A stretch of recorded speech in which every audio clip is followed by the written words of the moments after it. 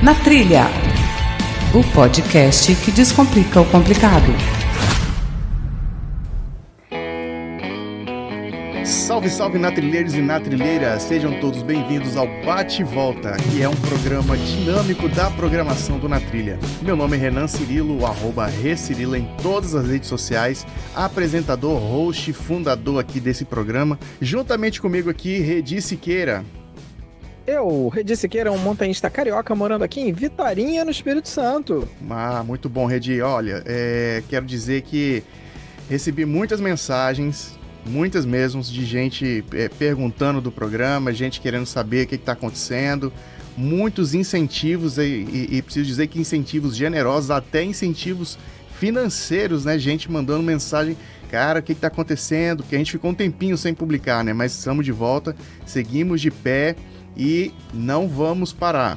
Então, seguindo de pé, eu quero apresentar aqui o nosso convidado, Carlos Dias, que eu tive a grata satisfação de saber dele. Eu não vou dizer que eu o conheci, mas eu soube dele já em 2016, na primeira edição do Adventure Sports Fair, que eu participei como produtor de conteúdo, e de lá para cá o Carlos tem seguido a trajetória dele, né, de esportista, de atleta, mas eu queria que ele se apresentasse primeiro, né, e desse as boas-vindas ao público do Na Trilha.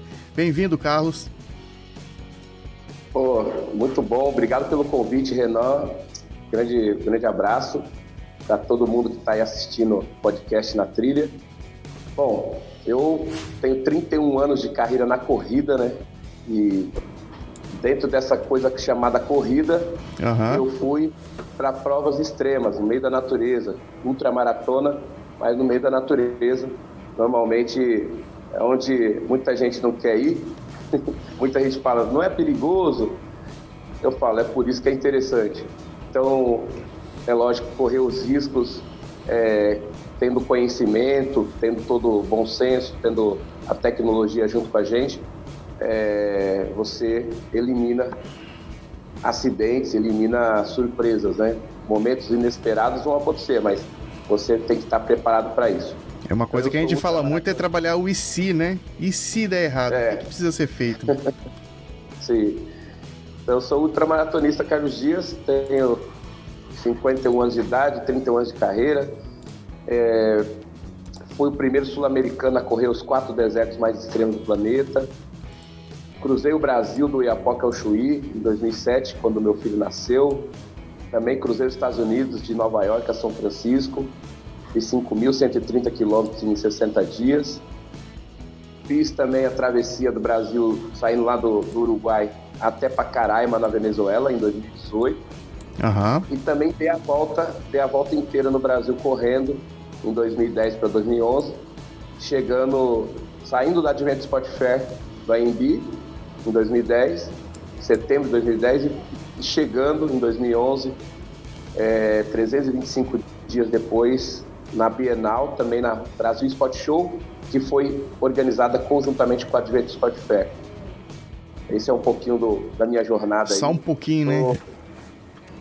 Realizo palestras em empresas, universidades, onde o pessoal quer receber aí a palestra que eu coloco o título chamado Inteligência na Diversidade, né? Que eu trabalho toda a parte de lidar com momentos inesperados, como você lidar, né, com planejamento, com busca de metas, com gerenciamento de risco, mas principalmente você lidar com as armadilhas mentais, né? Para qualquer projeto que você vai fazer, você está preparado mentalmente para lidar com essas situações. Projeto tanto esportivo quanto projeto pessoal, né, também, né?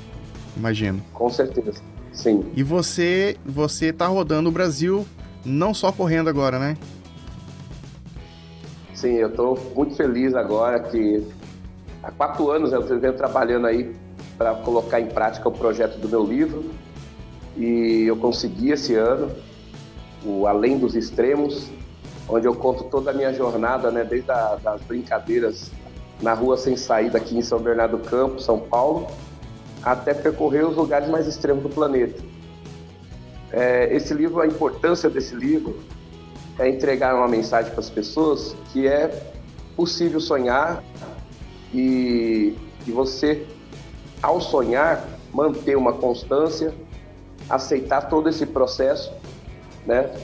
Que não é fácil, que é dolorido muitas vezes, mas acreditar com entusiasmo que você pode realizar algo, né? Então, foi brincando no Arroz Sem Saída que eu sonhei em um dia entrar num avião e saber como que era o mundo lá fora. E aí a corrida me entregou isso. Eu fui para 82 países nesses 31 anos. Então, eu só tenho que agradecer a corrida. E agora eu estou compartilhando isso num livro, que eu agora vou correr, falar e vender. entregar dedicatória para as pessoas vendendo o livro. Bacana. E eu vi um texto, né, apresentando aí o livro e falando um pouco mais da sua história. Como é que começou essa corrida sua, né? Como é que você entrou nas atividades esportivas, ô Carlos? Como eu disse, eu fiz vários esportes. Eu comecei aqui brincando na rua, correndo. Aí veio a educação física, né? A gente corria na educação física para se preparar para jogar futebol. Eu joguei futebol, joguei handball, joguei o vôlei. Depois veio o ciclismo. Na época de exército, eu não servi o exército, mas na época do exército eu peguei e fiz um curso de paraquedismo. Aí virei paraquedista aqui no interior de São Paulo. A gente saltava lá de 5 mil, 6 mil metros de altura. E foi um período que eu aprendi muito a lidar com segurança, você respeitar os procedimentos, essas coisas todas. E a corrida veio na minha vida como protagonista quando eu completei 20 anos de idade, numa prova de 10 quilômetros aqui na Grande São Paulo, né, na Vila Prudente. Teve uma escola que organizou uma corrida, eu fui com um amigo meu num domingo de manhã, e a gente se inscreveu para fazer essa corrida. E a partir daquele momento que eu vi pessoas de todos os segmentos da sociedade compartilhando, né, aquele entusiasmo de percorrer a mesma distância, 10 quilômetros.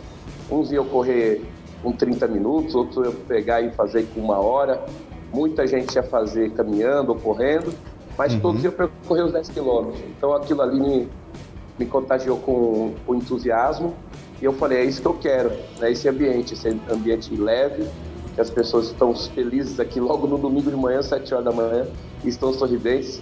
E ali eu comecei a correr, não parei mais de correr, né? Aí eu comecei a fazer prova de 5 quilômetros, 10, 15 quilômetros, que é a distância da São Silvestre. Aí veio a meia maratona, fiz várias meia maratonas. Depois veio a primeira maratona em 1995, outubro de 95. Não esqueço. Eu lembro dessa data como se fosse ontem, dia 5 de outubro de 95. Maratona de São Paulo, a largada foi no Pacaembu, a gente percorreu toda a cidade e terminou no Ibirapuera, né? Então, eu fiz lá com quase 5 horas de tempo. E essa prova aí de 95, você pode considerar assim que foi uma virada de chave assim na sua trajetória? Ou teve uma outra que você... Teve várias. Tiveram várias? Teve várias viradas. Eu pergunto isso porque tem uma questão assim que eu percebo em muitos esportistas, né? O Redi também é da corrida. Eu ainda não me aventurei a correr longa distância, né? O máximo que eu já consegui correr... Já consegui não, né? Que eu já me dispus a correr foi 3 quilômetros, mas de maneira... por hobby, né? Foi o máximo que eu fui assim. E uma coisa que eu percebo é que sempre existe aquele alvo, né? Aquela prova a ser conquistada. E pelo menos eu percebo muito isso com a galera que corre, tal qual nós, montanhistas, também temos aquele cume, né? Aquela montanha que a gente deseja escalar, e enfim. E tem aquelas viradas de chave, né? E, puxa, consegui essa, então se eu conseguir essa, eu consigo realizar muitas outras provas, muitas outras conquistas e etc. E aí era nesse sentido essa pergunta, né? Qual foi essa prova que você realizou? Ou não foi a prova, né? De repente foi alguma coisa na vida pessoal. Mas eu queria, antes de você responder, caso eu queria ouvir o Redi. Redi, você compartilha dessa visão ou desse sentimento também de que na corrida tem esse momento em que você... putz, eu consigo. Tem isso também ou não? Você vindo de outros esportes, para você foi natural essa transição? Não, eu acho que não. Eu acho que cada esporte é diferente, assim, você tá se desafiando, né? Você entra numa corrida. Eu nunca fui de competição, né? Participava do circuito de rua, mas não assim, né? Para participar, porque é um evento diferente, é legal e tudo. Mas assim, meu nível de treinamento não dá para competir com os caras. Eu faço 10 quilômetros em 1 hora, os caras estão fazendo em meia, em 20 minutos. Então não dá, mas tem prova que mexe com você, que você, não, eu quero fazer isso. Uma prova que eu sonhei muito de fazer foi a meia maratona. Eu corri a maratona do Rio, assim, eu já tinha corrido a meia maratona do Rio. Aí queria correr a maratona. Mas eu acho que a maratona não foi tão empolgante, até porque meu desempenho foi muito ruim, do que a corrida da ponte, que é uma meia maratona que cruzava a ponte Rio-Niterói. Então, assim, sempre tem alguma coisa assim que você, não, eu quero participar dessa aqui. Agora, voltando um pouquinho, né, essa virada de chave, não foi uma corrida. Que eu falei, teve várias viradas de chave. Sim. Só que, assim, vou falar um pouquinho da minha jornada logo no início da vida, né? Eu perdi meu pai com 2 anos de idade. Meu pai e minha mãe são da Bahia, vieram para São Paulo, eles casaram lá, e aí teve minhas 2 irmãs lá na Bahia, e aí vieram para São Paulo, eu nasci, fui a última fornada aí, e aí eles arranjaram emprego na mesma empresa, meu pai como segurança, como vigia, minha mãe como faxineira na empresa, e aí, isso em 1975, eles estavam sonhando com as férias, né? Que, vamos fazer as férias, vamos voltar para Bahia, já empregados, né? Sonhando tudo, com os filhos e tirar umas férias na Bahia. E aí, 15 dias antes dessas férias, meu pai, ele estava trabalhando, teve um assalto na empresa, ele era o segurança, o vigia na empresa que era transportadora de automóveis, e os bandidos chegaram atirando já, e ele foi o primeiro a ser atingido e faleceu lá, naquele dia. Então, nesse momento, teve uma grande avalanche em casa, né? Minha mãe tinha o menor salário da empresa, não sabia ler e escrever, e 3 filhos pequenos. Eu tinha 2, a minha irmã do meio 4, a mais velha 6. Então, Paulado, ali, quando minha mãe se viu naquele momento ali, né, com essa avalanche, ela, para mim, eu acho que foi a maior atleta que eu conheci na vida, porque ela olhou lá na frente, ousou sonhar, e o sonho dela era ver eu e minhas 2 irmãs na universidade. Então ela se apegou a esse sonho, abraçou com firmeza esse sonho, com entusiasmo, e encarou o processo. Ou seja, eu cresci ouvindo minha mãe falar o seguinte: nunca deixe nada pela metade, nunca deixe de estudar, porque o conhecimento vai ser a sua maior riqueza. Não é o tênis, a bicicleta, não é o conhecimento. Nunca tenha dúvida disso. Então, quando eu entrei nos esportes, quando eu estava no meio dos esportes, eu já sabia do meu valor, já sabia da força que eu tinha interior, porque eu estava vendo em casa uma pessoa que encarava os problemas com uma maestria e um entusiasmo gigantesco. Ela passava essa mensagem, que a gente podia sonhar, que a gente ia ser pessoas dignas, pessoas que podiam passar muitas coisas para as outras pessoas. E não é uma coisa assim de vamos falar assim, romantizar. Uhum. Era real, era dia a dia isso. Ela batia isso nessa tecla todos os dias.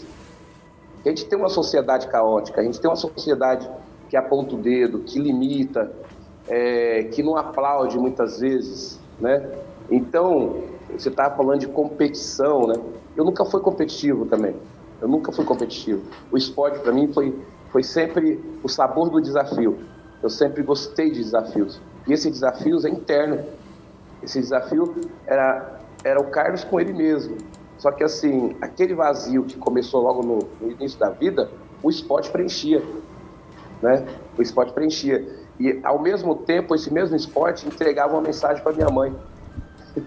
Eu entregava para ela uma mensagem que o filho dela estava firme, focado, com entusiasmo, sonhando e realizando. E vencendo, né? Então, Então todas as provas que eu entrava, não era o final que me deixava emocionado. Não era o final, terminei uma maratona. Era o fato de eu estar na linha de largada, olhava para o lado, olhava para o outro, eu estava junto com aquela galera toda. Não importa quem estivesse ali, eu estava junto com essa galera. Sabe? Sim. Entende essa diferença? Essa sinergia, né? É saber que você está ali e que você é um igual. E que eu ia vivenciar uma experiência única. Todas elas foram únicas. Uhum. Todo mundo pergunta qual foi a mais difícil, qual que você gostou mais. Eu gostei de cada uma delas. E todas elas foram difíceis. Dos 5 quilômetros até os 1.000 quilômetros, todos eles foram muito difíceis. O que você está falando aí me lembra, né? Faz referência para mim que a gente, né? A gente vai datar esse programa, né? Na verdade, a gente está... Eu tento fugir disso toda vez, mas você consegue. Não, mas a gente está acabando de sair de uma Olimpíada, né? E o que ele está falando tem muito a ver com o espírito olímpico, né? Que é de estar lá, que é de dar o seu melhor e tudo. Então, assim, às vezes a gente até vê, né, no esporte esse espírito olímpico se perder e é legal, assim, você ter sempre tido, né, essa visão. E uma coisa que eu achei interessante também, eu costumo dizer, né, para as pessoas que estão à minha volta, que qualquer esporte é 70% psicológico. Porque você tendo um psicológico forte, você vai batalhar, né? É o teu psicológico que vai te empurrar pro treino, e se você não treinar, você não vai adiante. É verdade. Então, assim, teu psicológico tá sempre ali. Você precisa de técnica, você precisa de preparo físico, mas tudo isso, na verdade, quem te dá é o teu psicológico. E você teve uma tremenda motivadora, que foi sua mãe, né? Te passando esse suporte psicológico, né? E essa motivação, assim, de não desiste, né? Sim. E assim, e outra, acho bem legal isso. E ela estava no mais alto grau de vulnerabilidade, vamos falar assim. E quando eu falo, às vezes você pega a sua mochila e você tem poucas ferramentas, mas aquelas poucas ferramentas são as que você tem que colocar na sua mochila, as ferramentas que você vai usar. Né? Verdade. Muitas vezes a gente quer colocar um monte de coisa na mochila e muitas coisas não vai ser usada, né? Só vai te causar peso e vai fazer com que você fique mais cansado no caminho. Então, ela tinha pouquíssimas ferramentas, só que a principal ferramenta que ela tinha era o entusiasmo, né? Era a doação e o amor que ela tinha pelos filhos e pelo sonho dela. Então, quando eu pego e inicio qualquer projeto, eu estou alinhado com esses valores. Eu estou alinhado com essa emoção, com essa essência que eu tenho, que a minha mãe, né, entregou para mim.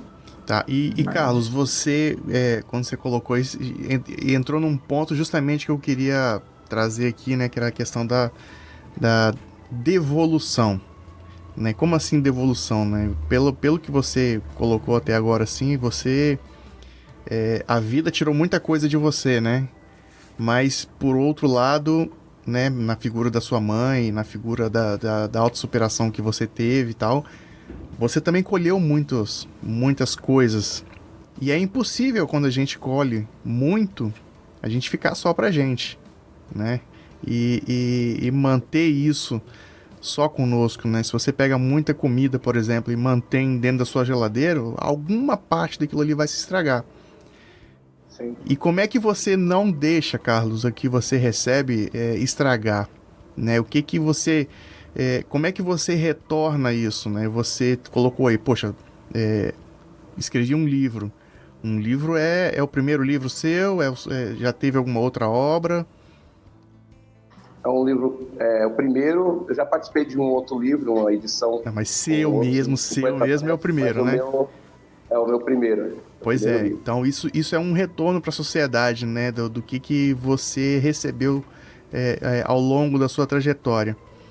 Mas você tem algumas outras ações também de contribuição aí social que eu acho que seria muito interessante falar e trazer aqui, né, que você fez atividades relacionadas a suporte a crianças com câncer, né? Como é que foi isso?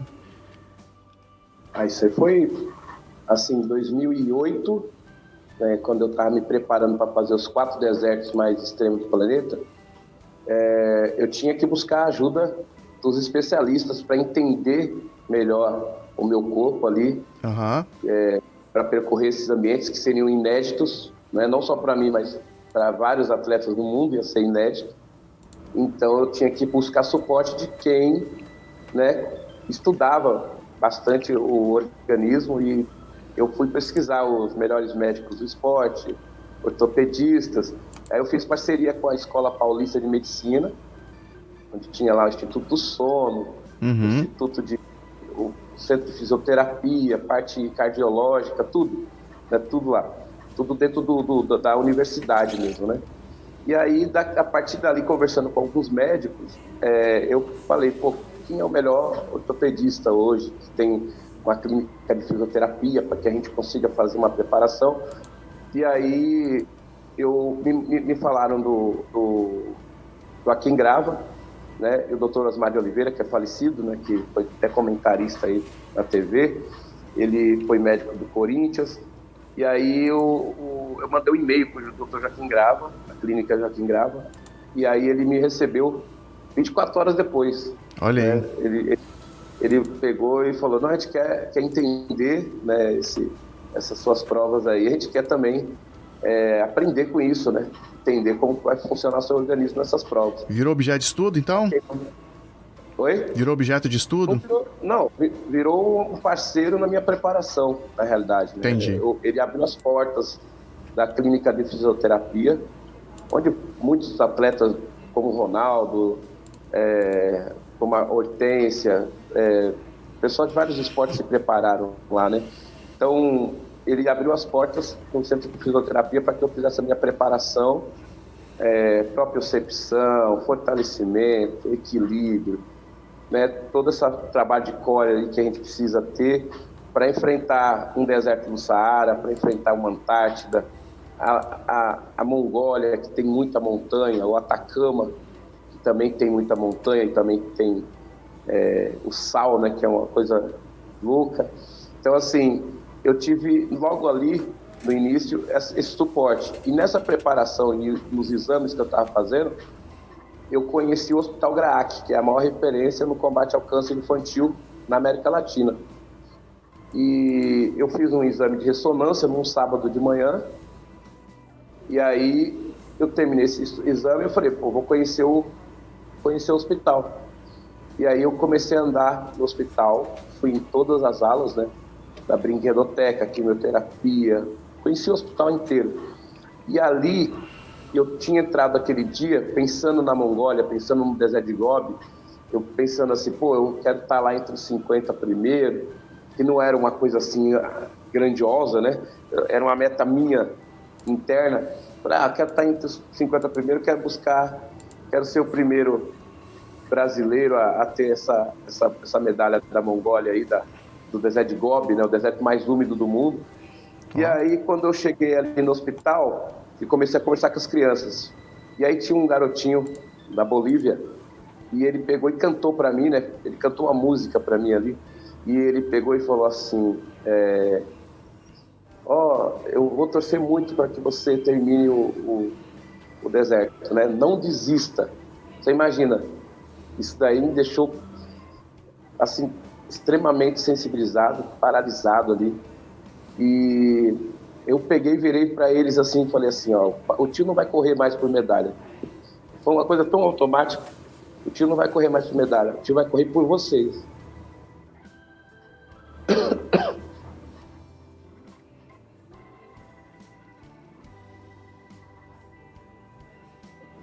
Aí que virou...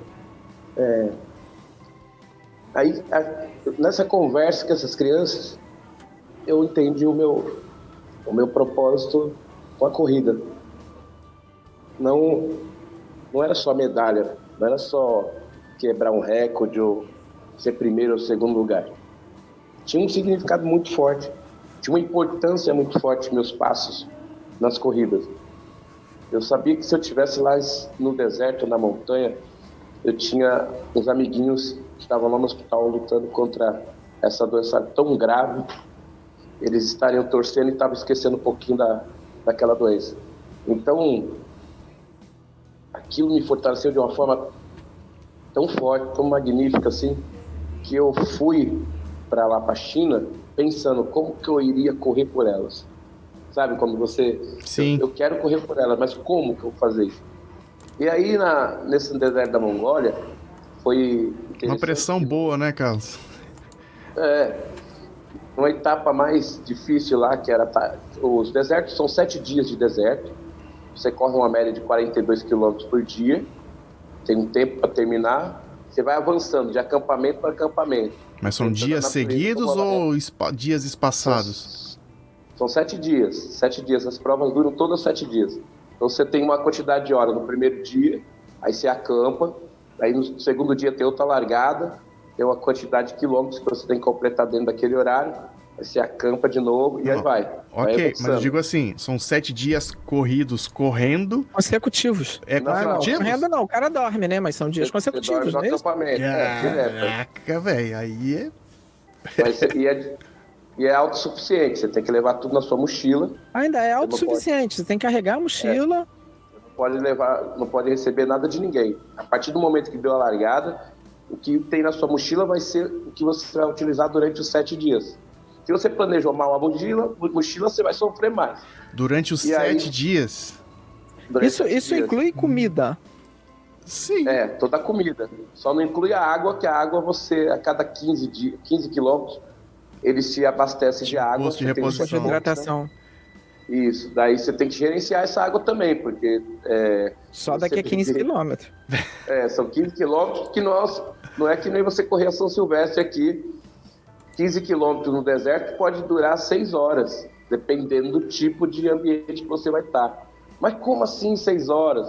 Às vezes você está numa duna gigante, às vezes você está numa gruta, às vezes você entra num arrozal e você atola, às vezes você entra num pântano e você não vai ter como você correr lá dentro. Eu acho que rende uma segunda participação do Carlos aí, só pra falar dessa prova, hein?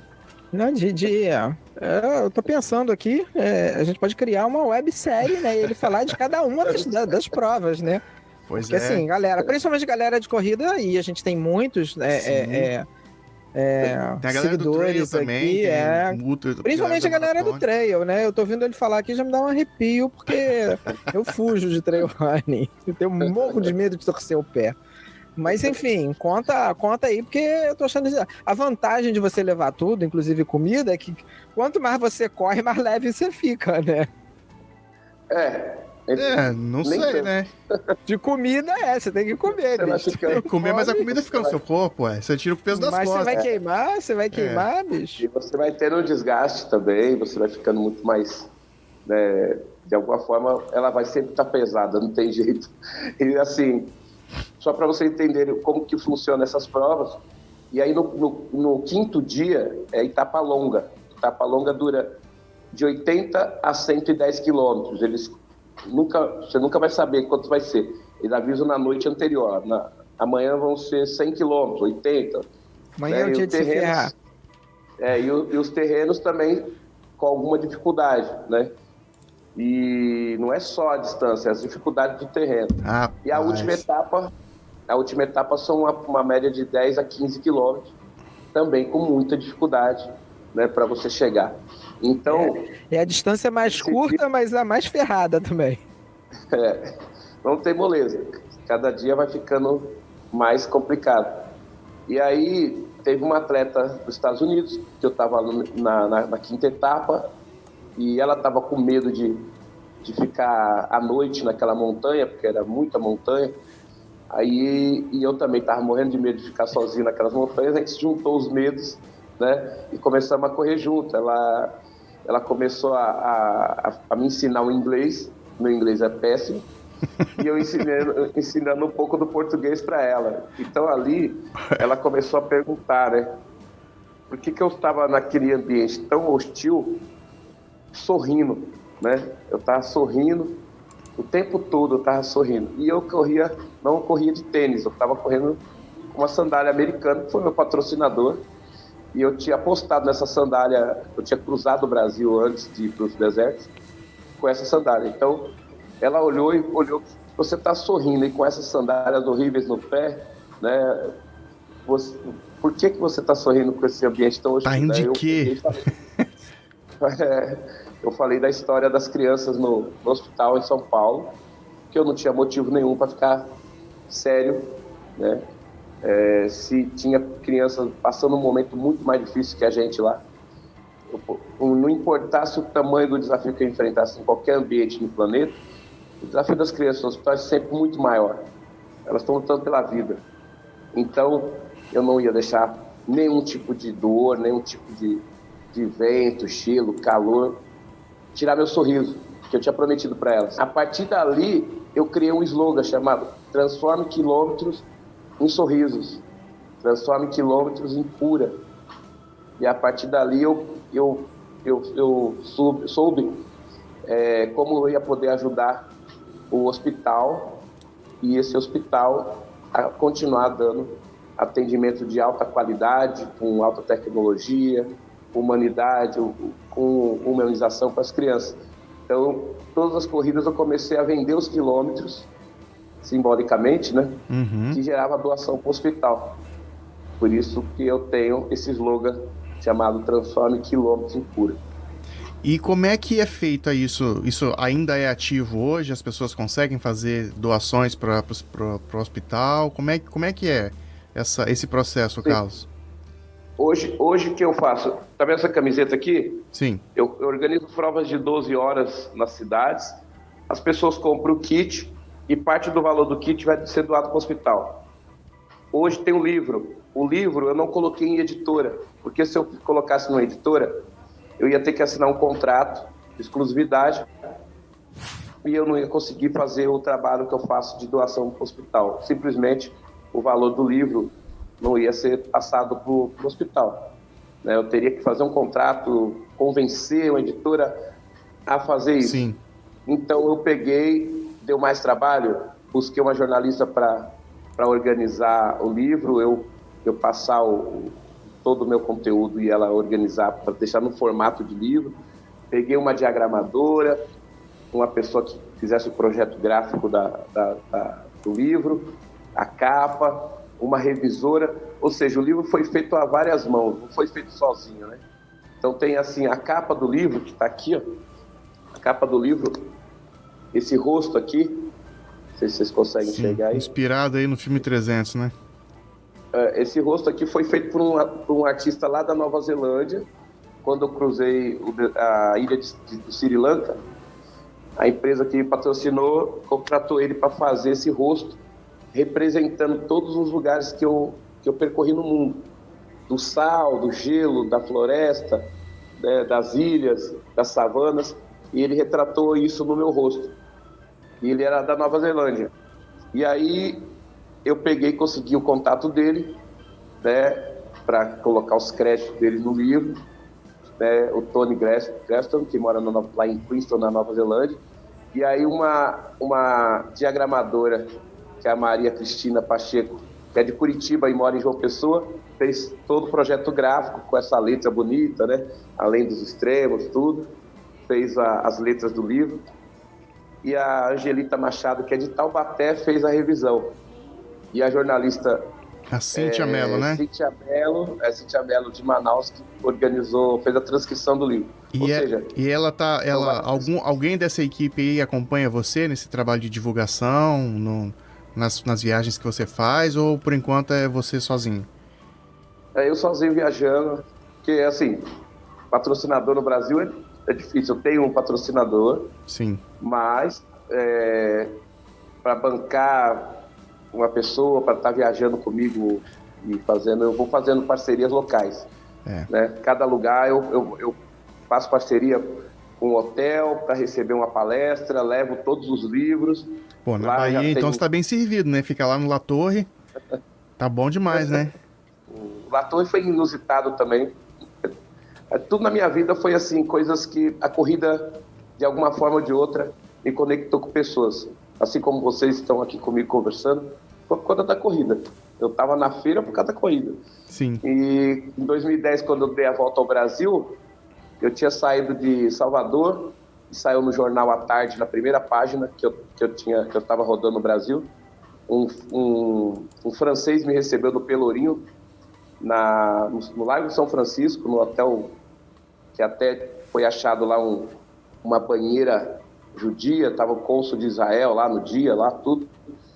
E eu tomei café junto com o Ariano Suassuna, tive o prazer de conhecer o mestre Ariano Suassuna. Caramba! E foi muito interessante que ele era engraçado, né? Ele falava coisas muito engraçadas. E espontâneo ali, demais, né? Jornal, muito. Bom, se alguém por acaso que estiver ouvindo esse programa for de outro planeta e não saiba quem é Ariano Suassuna, é simplesmente o escritor de O Alto da Compadecida. Você colocar aí na internet, né, no YouTube, Ariano Suassuna, ele falava que ele não dava palestra, né, ele dava aula show. Né, então, muito espirituoso e de um humor peculiar que, cara, deixou saudades. Verdade. Tanto que no hotel tinha um elevador que era 3 andares só, né? Aí ele me encontrou no corredor, assim. Aí eu falei, ô mestre, eu fiquei meio paralisado, né? Falei, ô mestre, vai tomar um cafezinho? Não sabia o que falar, né? Vai tomar um cafezinho? Vamos de escada, porque esse troço aí pode travar a gente aqui. Chamava o elevador de troço.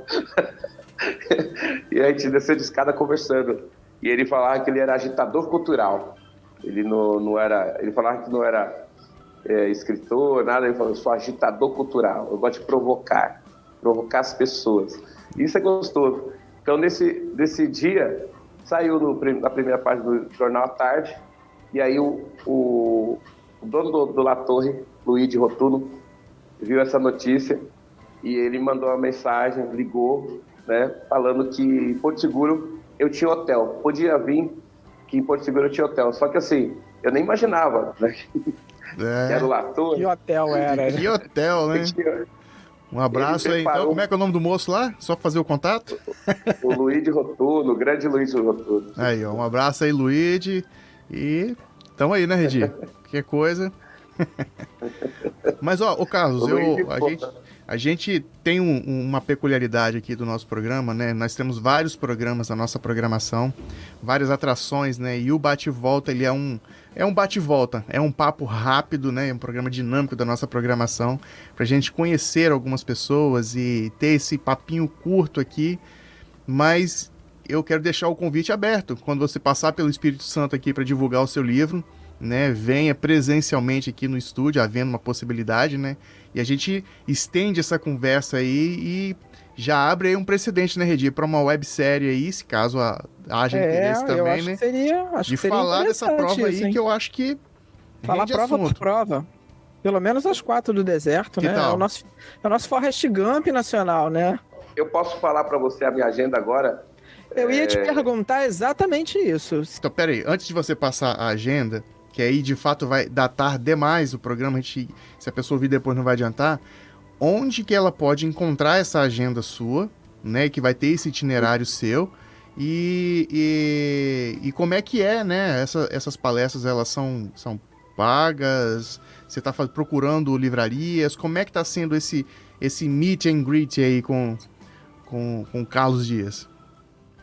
Tá, o livro especificamente, como eu não coloquei em editora, nada, eu também não queria fazer lançamento, aquela coisa sentado na livraria, sabe aquela coisa padrão? Não me fala também que é você participando de uma prova de maratona e a galera correndo atrás de você para alcançar o livro. Sim. Ele vai correndo e distribuindo o livro. Na hora que aí eu já não consigo. Ele corre, pede o comprovante do Pix e estica o livro. Eu fiz o lançamento do livro em junho de 2024, em São Paulo, no Centro Olímpico, né? Num ambiente esportivo, um ambiente que a maioria dos atletas olímpicos aí se preparam, né? Porque é a base dos atletas olímpicos em todos os esportes lá. Então, eu fiz o lançamento dentro da pista de atletismo. Assim, o início teve 2 horas de corrida para todo mundo conhecer. Muita gente nunca entrou numa pista de atletismo. Então, teve gente correndo meia hora, 1 hora e 2 horas na pista. E também teve uma bateria, né? Teve uma bateria chamada Cuíca Frenética. Teve samba na pista, né? Uma coisa que dificilmente você vê.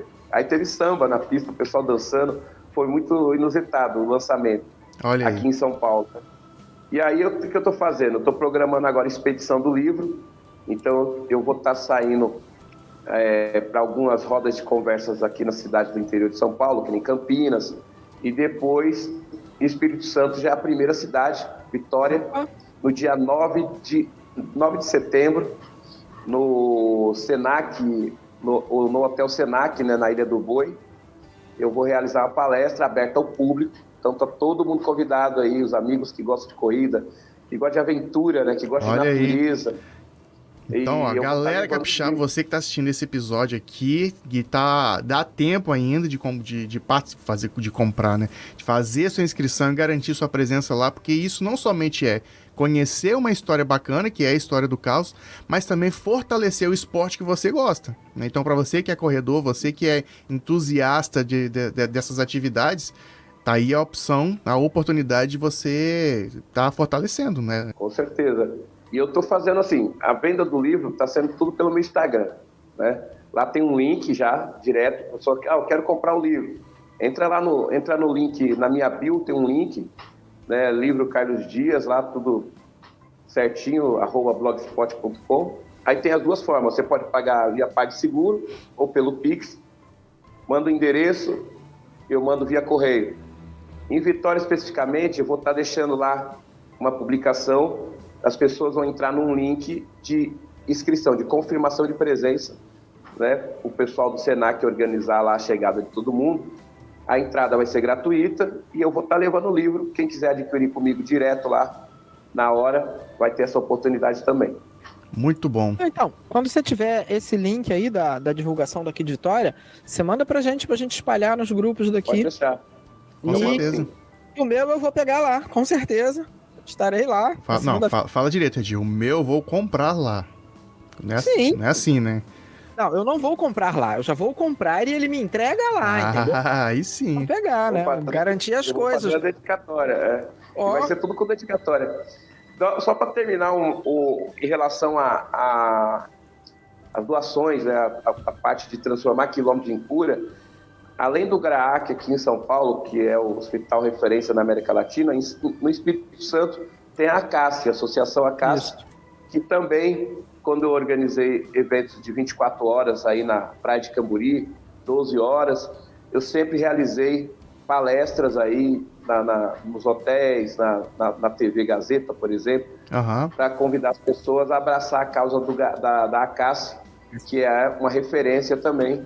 E é mesmo. No combate. Eles sempre estão realizando atividades aqui de promoção e divulgação dessa causa. Inclusive, a gente podia chamar eles para gravar com a gente aqui também, qualquer hora, hein? É válido. O hotelzinho deles, né, é aqui perto de casa, é aqui na Norte Sul, né, pertinho de casa. Tá, dever de casa pra gente, então. Exato. Carlos, algum recado final? Alguma dica, alguma frase aí, algum incentivo que você queira deixar para o público que vai te acompanhar agora e para você que está ouvindo antes de setembro e for aqui da Grande Vitória, então fica aí a dica para você participar. E para você que vai ouvir, assistir, enfim, que vai consumir esse conteúdo aqui ou conhecer o Carlos nesse programa aqui, vai lá no Instagram dele, na última publicação que ele fez e vai escreve lá, olha, conheci você hoje, né, ouvindo o episódio na trilha e, logicamente, marca a gente pra gente saber e dar aquela engajada que também faz muita diferença pra gente, né, e não só pra gente, né, nós que estamos gravando aqui, mas também para os convidados. Isso é uma forma de que quem patrocina eles percebe esse engajamento e a importância e principalmente a relevância que ele tem no segmento e onde ele atua. Então vai lá, você que está ouvindo depois, não conseguiu participar da palestra presencialmente, vai na última foto lá do Instagram dele ou da rede social que tiver mais ativa ali, porque a gente não sabe, né? Vai que está ouvindo em 2030, sei lá, 2040 e já é outra rede ativa lá, enfim, vai lá nas redes sociais lá do Carlos e fala com ele, ó, conheci você hoje pelo podcast Na Trilha. Deixa aí, Carlos, a sua dica final e os seus contatos. Meu Instagram é @CarlosDiasUltra, tudo junto, @CarlosDiasUltra. E a mensagem é falar que entre o sonho e a realização do sonho, existe um espaço no meio, e esse espaço no meio é a sua atitude, o seu entusiasmo, seu amor a sua jornada. Então, nunca deixar de buscar os seus objetivos, mas sempre colocando na sua mochila algumas ferramentas que vão te deixar mais leve, como respeito, entusiasmo, atitude, amor, fé e determinação. Isso vai te deixar mais leve na trilha. Bom demais. Redi, Muito bom. suas considerações finais desse episódio. Então, eu tenho uma confissão pra fazer. Eu não sei se é a idade, eu tô ficando muito emotivo com as coisas.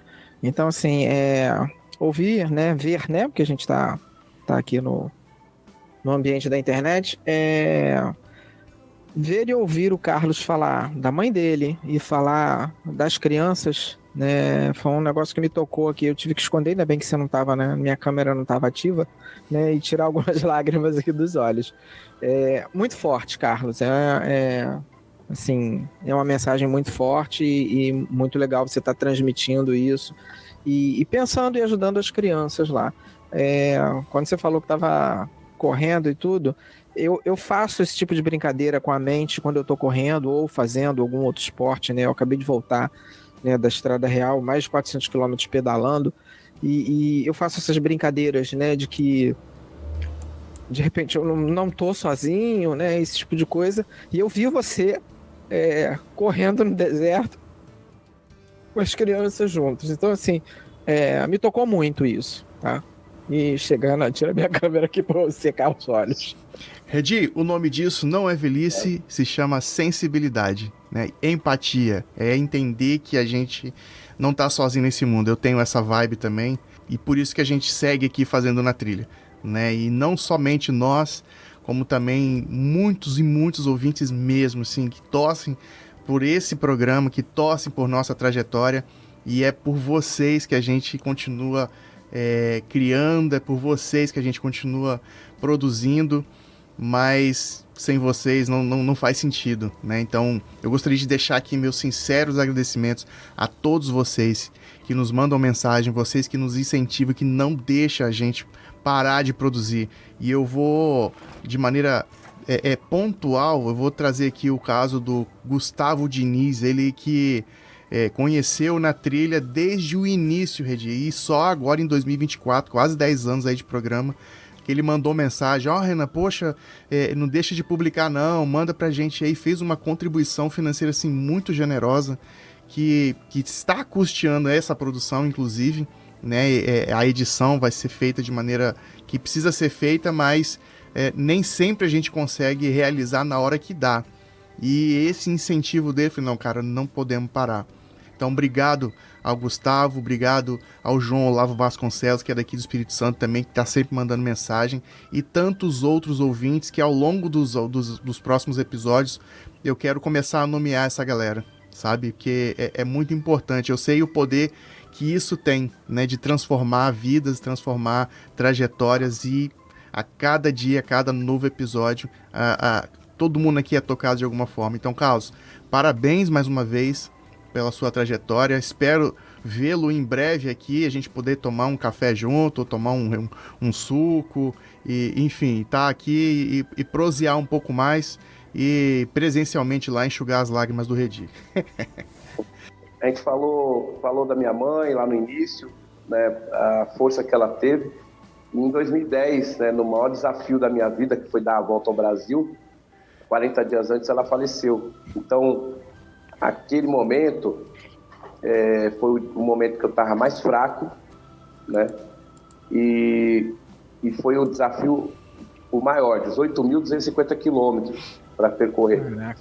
Em 2007, eu tinha cruzado o Brasil, do Oiapoque ao Chuí, no nascimento do meu filho. Eu ajudei a fazer o parto do meu filho, e com muito entusiasmo, muita alegria, eu cruzei o Brasil do Oiapoque ao Chuí, que entrou para o livro dos recordes brasileiros, né, 9.000 quilômetros em 100 dias. Só que nesse daí, da volta ao Brasil, eu estava extremamente muito fraco, eu estava um trapo, né? E foi justamente as frases que ela deixou, de não deixe nada pela metade, nunca baixe a cabeça, não deixe ninguém te limitar, e saiba do seu valor, né? Que me fez acordar e dar a largada do desafio no AMB e passar 325 dias na estrada, correndo uma média de 56 quilômetros, vender cada quilômetro R$2 e arrecadar R$36 mil para o hospital no final. Quando eu cheguei 325 dias depois em São Paulo, na Bienal, eles fizeram uma surpresa para mim, colocaram meu filho 300 metros da Nossa, linha. aí é para quebrar o camarada, né? Então você imagina como minha perna bambeou, né? Para correr comigo. Meu filho correu comigo os 300 metros finais. Então a feira parou para me receber. Eu fui ali ovacionado pela feira toda, consegui o objetivo de arrecadar os R$36 mil para o hospital, mas consegui cumprir esse desafio para homenagear minha mãe e agradecer todo o legado que ela deixou para mim e para minhas irmãs, né? Minha mãe, ela não sabia ler e escrever. Quando ela completou 50 anos, a gente colocou ela na escola. Então, as matérias que saíam minhas sobre corrida, ela lia e lia de forma crítica. Então, ali, você falou muito de virar a chave, né? Um dos momentos que virou muito a minha chave foi ver minha mãe lendo e falando, que pergunta idiota, né? Aquela coisa do jornalista. E ali eu estava vendo uma coisa muito maior do que só aquela pergunta idiota, né? Eu estava vendo alguém que se reinventou, né? Sim. E que passou para mim, para minhas irmãs, falando assim, é possível sim, é possível você sonhar, é possível você percorrer a sua jornada e transformar essa jornada em sabor, em conhecimento, em mensagem, em abraços, em incentivo para as pessoas. Então, hoje eu tenho meu livro, que é compartilhar tudo isso aí, né? Compartilhar toda essa jornada com as pessoas. Ali tem perrengue, ali tem choro, ali tem muita alegria, ali tem muito respeito ao solo que eu percorro e às pessoas que apertam a minha mão. Eu agradeço porque vocês terem me convidado para esse bate-papo, conhecendo o Redi aí agora, ainda não pessoalmente, mas já está aqui no coração, você, Renan, também. E eu só desejo muito sucesso e muita luz na trilha de vocês. Não, isso certamente teremos outros encontros, Carlos. Pode deixar, isso aí é tranquilo. E como é que era o nome de sua mãe mesmo? Desculpa. Nelly Lima Dias. Dona Nelly, né? Certamente, se estivesse acompanhando esse episódio, ela ia estar se debatendo lá, né? Falar, olha, meu Deus, esse cara não sabe de nada, só tá falando groselha. Esse velho só faz pergunta idiota. Mas, ó, um abraço, a gente encerra essa etapa da nossa conversa, né, e prometendo se estender aí para outros episódios, e agradecendo a você, ouvinte, que acompanha a gente, deixando aí o meu muito obrigado mais uma vez. Vai lá no nosso site vcnatrilha.com.br, compartilha esse episódio, indica para aquele amigo seu que gosta de correr, para aquele amigo seu que quer conhecer uma história diferente, né? Então, de tantas e tantas coisas e situações que a gente tem visto hoje ser compartilhado, eu acho que ter uma história dessa pode ser algo que pode virar a chave de alguém. Então compartilha lá, deixa também, né, uma coisa que eu esqueci de falar nos episódios passados, lá no Spotify também tem a opção de você deixar a sua pergunta lá, deixar a sua avaliação, isso tudo colabora com a gente também, beleza? Então vamos encerrando por aqui. Eu sou Renan Cirilo, o @ReCirilo em todas as redes sociais. O meu muito obrigado. Até a próxima, um grande beijo e tchau! Valeu, valeu! Faça desse podcast a sua aventura. Esse programa foi produzido e editado por Na Trilha, podcast Transmídia.